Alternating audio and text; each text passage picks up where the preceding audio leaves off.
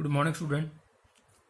We are doing +1 class math, and today we are going to revise our 9th chapter, which is sequences and a series.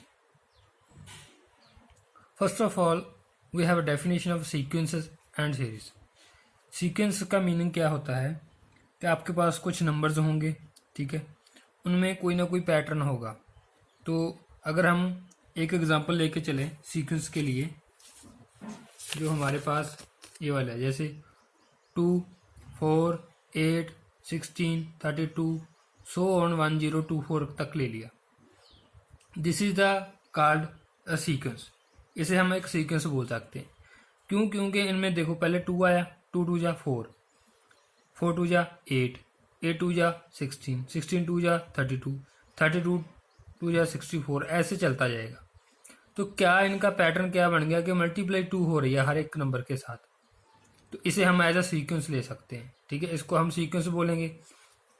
लेकिन जो हमारी series होती है उसमें जो sequence है उसके बीच कोई ना कोई ऑपरेशन लगा देते हैं, जैसे प्लस का, माइनस का, डिवाइड का, उसे हम सीरीज बोल देते हैं। जो सीरीज होती है वो फाइनाइट भी हो सकती है, इनफाइनाइट भी हो सकती है। जैसे ये मेरे पास नंबर थे, ये हम क्या है, सीक्वेंस है। अगर इनको मैं प्लस में लिख दूंगा तो ये क्या एसोसिएट हो जाएगी, सीरीज बन जाएगी, ठीक है, series associated with the given sequence. तो इसको एक सीरीज बोला जाएगा, ठीक है। तो इसको हम सिग्मा के साथ डिनोट कर देते हैं। सिग्मा मतलब होता है सम, सभी का सम, ठीक है। तो इसी इक्वेशन को हम ऐसे भी लिख सकते हैं इकट्ठा करके कि समेशन ए टू के, मतलब पहले के की वैल्यू 1 है तो ए 1 है, प्लस फिर के की वैल्यू 2 है तो ए 2 है, ए 3 है।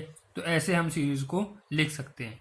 उसमें प्लस का या माइनस का या डिवाइड का कोई भी ऑपरेशन लगा होता है। अब हमारे पास आती है एक्सरसाइज 9.1। इस एक्सरसाइज में बहुत इजी काम है कि हमने कुछ टर्में निकालनी होंगी, ठीक है। जैसे ये फर्स्ट क्वेश्चन लेके चलते हैं एक बार। ए एन दे दिया आपको, n into n+2। First 5 term निकालनी है, मतलब a1 निकालनी है first term, second term a2, a3। आपने n की वैल्यू वेरी कराते रहना है, ठीक है। ये 10th क्लास में भी काफ़ी किया है ये काम। तो ये बहुत इजी हो जाता है हमारे लिए। इसके लिए मैंने एक एग्जांपल उठाई है आपके लिए। जैसे ये 10th क्वेश्चन उठा लिया, ठीक है। 10th क्वेश्चन क्या है, A N equal to n-2 upon n+3। हमने निकालना है A20, मतलब n की वैल्यू इसमें क्या पुट कर देंगे, 20 पुट कर देंगे, ठीक है। वो कैसे निकाली है वैल्यू वो आप देख सकते हो, ठीक है। ये रहा ए एन इक्वल टू, ये हमें जो गिवन था n-2 अपॉन n+3। n की n20 निकालनी थी, n की वैल्यू 20 पुट कर देंगे। 20 इंटू 20-2, 20+3, 20 इंटू 18 अपॉन 23। हमारा आंसर आया 360 अपॉन 23। तो ये 20th टर्म है, 20th टर्म, इसका मतलब ये है जो 20 टर्म आई है वो कितनी है, 360 अपॉन 23। ये हमारा आंसर आ गया। तो फर्स्ट जो आपका 9.1 एक्सरसाइज है, इसमें तो यही काम करना है कि आपने टर्में निकालनी है, किसी में 2 किसी में 4, जो बोल दी वो वाली निकाल देनी है। जैसे एक क्वेश्चन और उठाते हैं। अगर हम 13 क्वेश्चन को उठाएं, 13th क्वेश्चन, ये रहा 13th क्वेश्चन।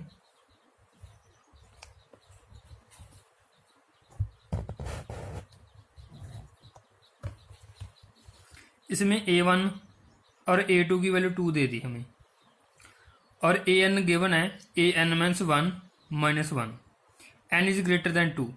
n आपने 1 से कम नहीं लेना, 2 से ज़्यादा ही लेना, चाहे 3 चाहे 4, क्योंकि a1 और 2 हमें ऑलरेडी गिवन है। तो हम जो स्टार्ट करेंगे वो 3 के साथ करेंगे, n की वैल्यू 3। अब n की वैल्यू अगर 3 पुट कर दी मैंने इसमें, तो क्या आया, a3 आ गया इक्वल टू a3 -1 और -1। ये बन गया a2, 3 -1 a2। a2 कितना है, 2 है। We have to put it 2 -1, then our answer is 1। a3 हमारा कितना आ गया, 1 आ गया। सिमिलर a4 निकालेंगे, n को 4 पुट कर देंगे, तो अब यहाँ पर बन गया A3। तो जो पिछली वैल्यू आई है A3 वो यहाँ पर पुट हो जाएगी, वो कितनी आ गया 0 आ गया। सिमिलर A5 A6 जितनी टर्में कहीं गई हैं 5 6 7 उतनी ही आप निकाल सकते हो। तो जो 9.1 एक्सरसाइज में जो काम है हमारा वो यही वाला है। पहले में 5 टर्म निकालनी थी, इसमें बोल दिया कि ये 2 निकाल के दो, ठीक है। नेक्स्ट जो क्वेश्चंस हैं उनमें भी ये बोला गया कि फर्स्ट 5 टर्म फाइंड आउट करके दो। तो 9.1 का तो यही काम है, ठीक है। और जो 9.2 एक्सरसाइज है उसमें आता है अरिथमेटिक प्रोग्रेशन, जो आपका 10th क्लास में 5th चैप्टर था। इसमें आपने कुछ टर्में पढ़ी होंगी पहले, ठीक है। आपकी जो AP सीरीज है अरिथमेटिक प्रोग्रेशन है, ठीक है, वो क्या होती है? First term A, second term A+D, third term A+2D, A+3D, ऐसे शो ऑन चलती जाती हैं, ठीक है। जो फर्स्ट टर्म है उसको आप A बोलते हो, जो आपका कॉमन डिफरेंस होता है उसे आप D बोलते हो, ठीक है।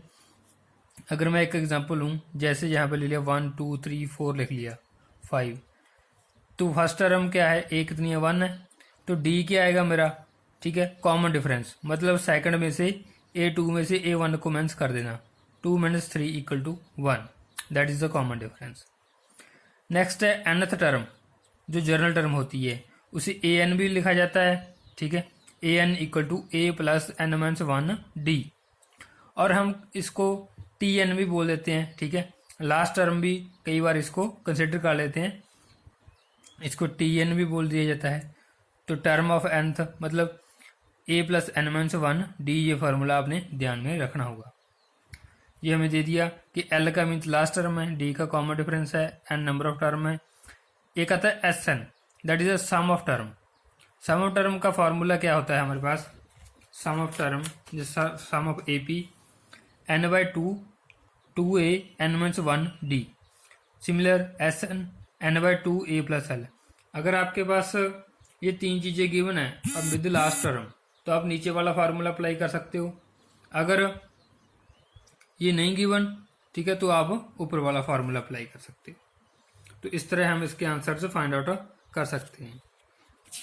तो इसका लिए एक क्वेश्चन लेते हैं हम। जैसे फर्स्ट में find sum of odd integer from 1 to 2001, odd integer का सम फाइंड आउट करना है, ठीक है। तो अब पहले लिख लेंगे, कुछ इंटीजर्स लिख लेंगे कि कौन कौन से इंटीजर्स आ रहे हैं, तो उन पर हम फार्मूला अप्लाई कर देंगे, ठीक है। जैसे ये क्वेश्चन हमारे पास है, ये ऑड इंटीजर लिख लिए 1 3 5 7 सारे लिख लिए, A की वैल्यू निकाल ली, D की निकाल ली, 3 - 2 D आ गया। लास्ट टर्म कितनी? 2001। तो हमने निकालना है सम ऑफ ऑड, सम निकालना है। सम के लिए हमें क्या कुछ चाहिए? SN के लिए क्या चाहिए? एक तो N चाहिए, एक A चाहिए और एक L चाहिए। A भी है और L भी है, लेकिन N नहीं है।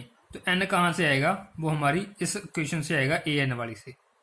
मतलब जो लास्ट टर्म दे रखी है 2001 = ये सारी वैल्यूज पुट करके हमारी जो N की वैल्यू आ गई वो आ गई 1001।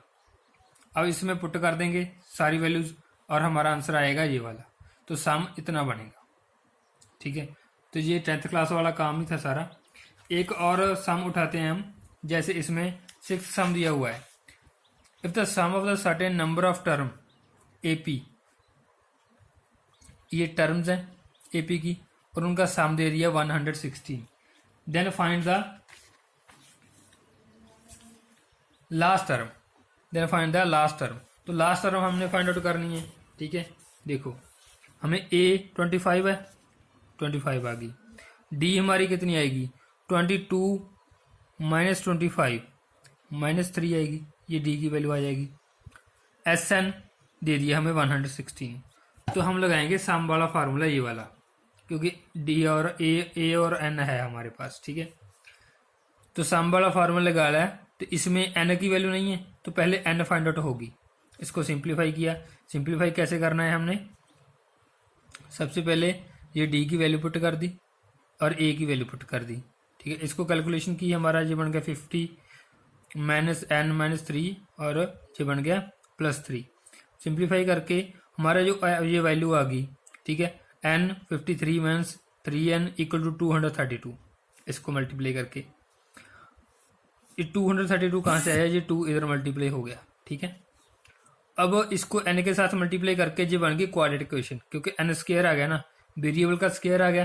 तो ये क्वाड्रेटिक इक्वेशन कैसे सॉल्व करते हैं, इस पर डिस्क्रिमिनेंट वाला फार्मूला अप्लाई कर दिया, ठीक है। जो जिसे हम बोलते हैं वो फार्मूला हमारा डिस्क्रिमिनेंट फार्मूला है, उसको अप्लाई कर दिया। वो क्या होता है फार्मूला, यहाँ पर मैं लिख देता हूँ, ठीक है।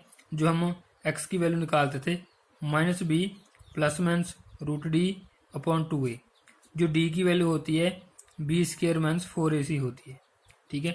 तो इसमें a जो है हमारा, a की वैल्यू है 3, b की वैल्यू है -53 और c की वैल्यू है 232, वही पुट किया है, सारी सिंप्लीफिकेशन की है, तो ये हमारा आंसर बन गया।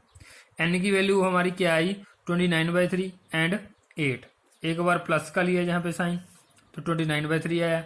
अगर माइनस लेंगे तो हमारा आंसर 8 आया। अब जो n है वो कभी भी फ्रैक्शन पार्ट में नहीं होगी, तो n को हम 8 लेंगे, तो इस n को हम छोड़ देंगे। अब n की वैल्यू 8 ले ली, उसको an में पुट कर दिया, वहाँ से हमारे पास क्या आंसर आया, 4 आ गया। मतलब हमने जो टर्म निकालनी थी, ठीक है, वो हमारी कितनी आ गई, 4 आ गई।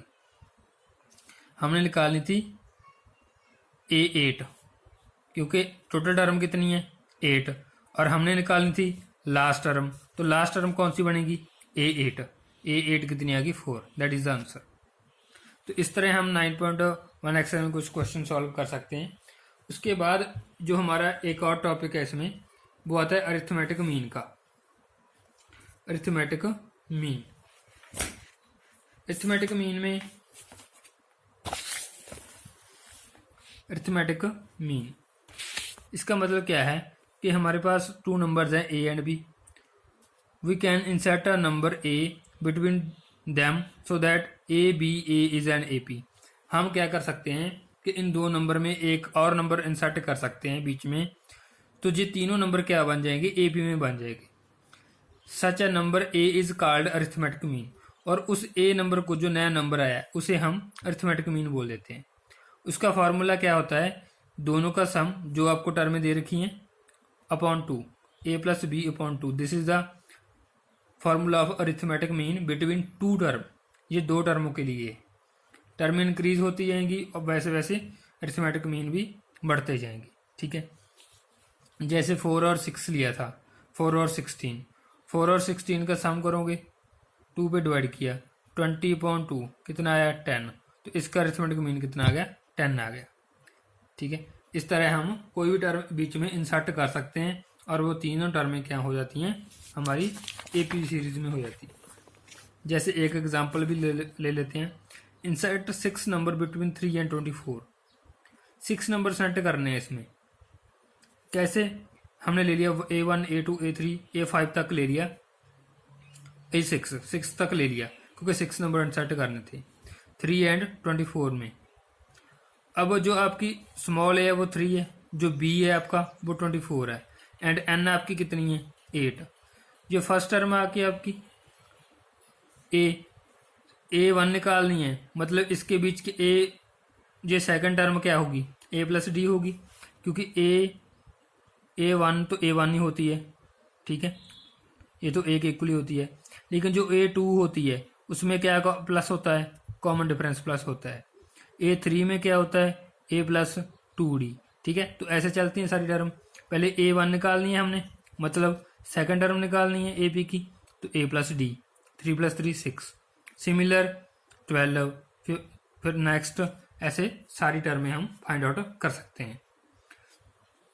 तो इसमें यही था, आज हम 9.1 एंड 9.2 की रिवीजन ही करनी थी हमने, ठीक है।